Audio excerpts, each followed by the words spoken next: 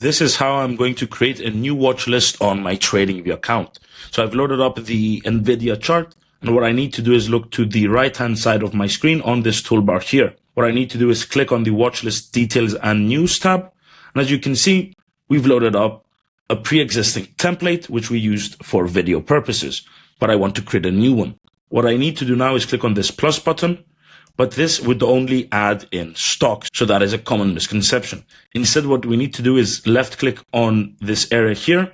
And as you can see, we're given a variety of options. So to create a new watch list, we need to left click on create new list. This can be video 1, for example, and we can add an emoji accordingly. So once we created this, let's make this slightly larger. So we've created a new watch list on TradingView.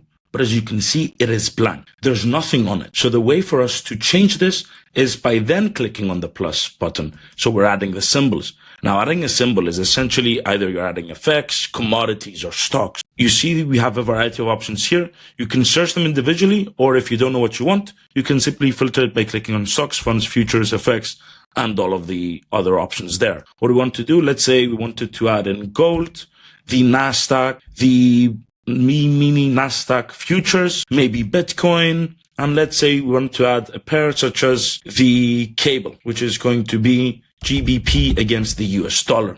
So once we're clicking on these plus buttons here, you can see that they've now been added to our new watch list, which is very nice. But what do we do then? Well, you can get an advanced view for your watch list, as you can see here, and you can see symbol distributions.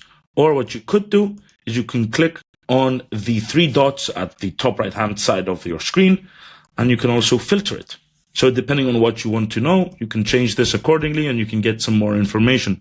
Moreover, if you click on the watch list name, you get more options. So by adding a section, you can see that section 1 here has emerged. So we could even organize our own watch list within the watch list. So if I'm putting effects, I could put a section for effects, a section for stocks and futures, and even a section for commodities such as gold. One thing you should know is if you left click on the watch list, the chart will automatically open to the symbol you have clicked on. So that is a very easy way as to how I would create a new watch list on TradingView.